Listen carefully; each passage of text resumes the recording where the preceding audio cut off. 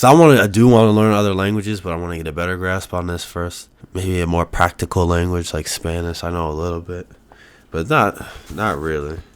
Just barely enough. I probably know more Japanese. I definitely know way more Japanese than Spanish.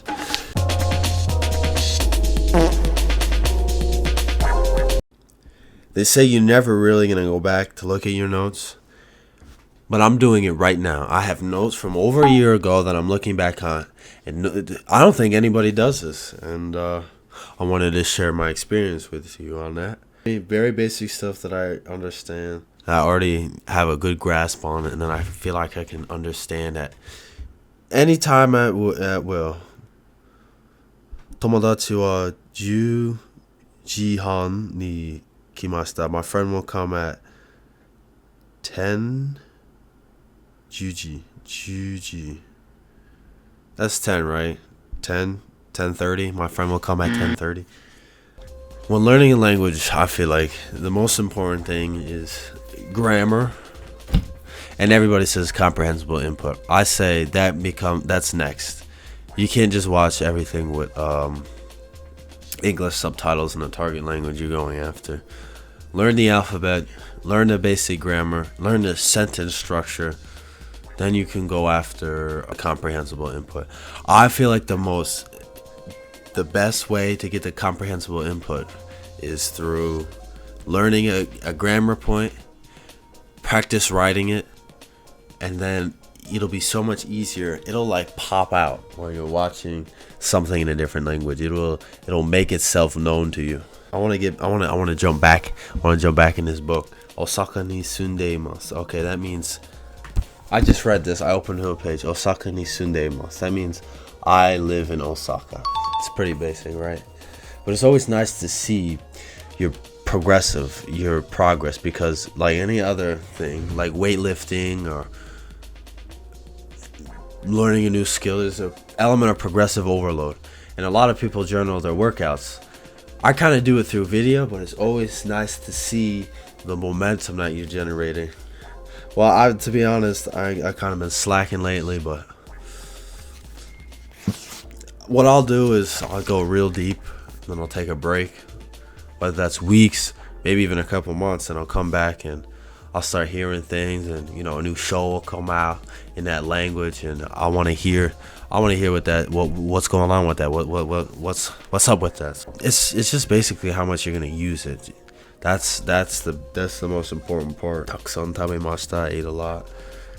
日本でお寿司がたくさん食べたいです. In Japan, I like to eat a lot of sushi. I want to eat a lot of sushi. I'm not looking at any answer keys. This is me off the fly, just looking at my notes. Even if you don't go back to it, I feel like, I heard one of my teachers say, if you write it down, you're 60% more likely. I think they said this in elementary school, but you're 60% more likely to remember what you said. And I know not to trust these government paid actors that we call teachers, but as long as I get it down, get the practice of writing it going through my mind, the physical action, it's like it's a movement pattern. Even the speaking, there's a pattern. If you can create a pattern, if you can master the pattern, then you can. That's what grammar really is. And there's a pattern in weightlifting. It's moving the bar. There's a pattern in martial arts. That's the footwork and the technique.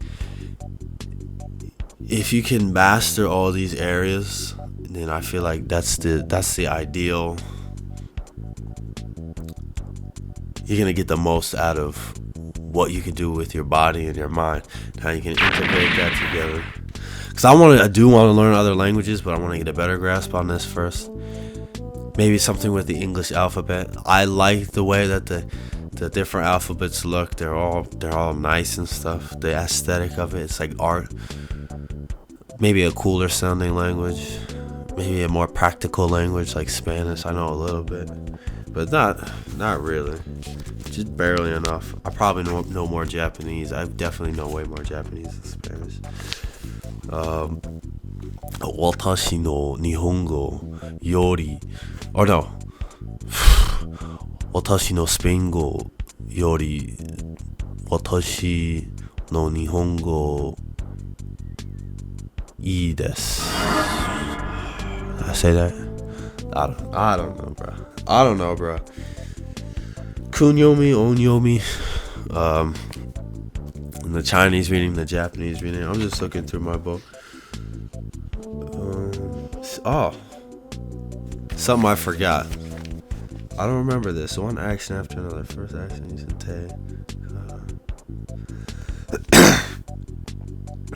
Oh no.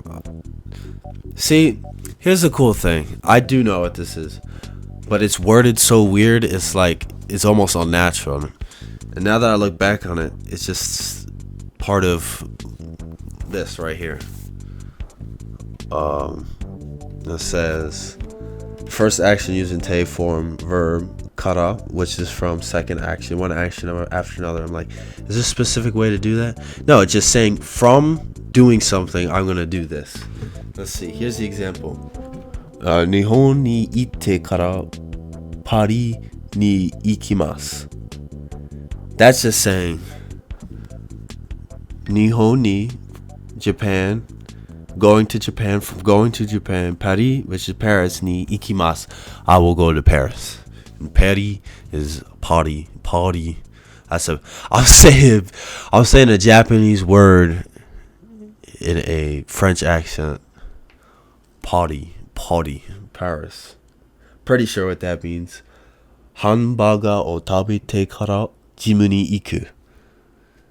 Informal form of go, iku. From eating a hamburger, I will go to the gym. It's just, I'm glad I can look back because I have definitely been slacking on get the sun in my eyes, shit. I've been slacking on my Japanese, but I've been just focusing on YouTube and stuff in the gym and otegami wa potential forms, can do. Yeah, it's just, that's my little tip on language.